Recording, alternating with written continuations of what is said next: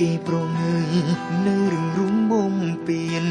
ក្តីស្នេហ៍គេទុកខ្ញុំត្រឹមជាស្ពានហើយគិតថាចិនខ្ញុំមិនមានភាពសោកសៅ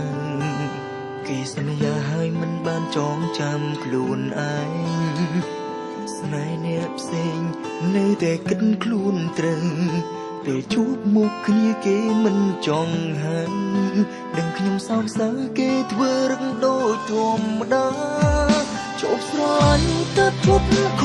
ចិត្តទស្សនេយពិតបងធ្លាប់ឲ្យទៅជីវ៉ាដំបងក៏បានហែមចុងក្រោយប្រែល្វីងសោកកាតើមានប្រុសឯណាដែលមិន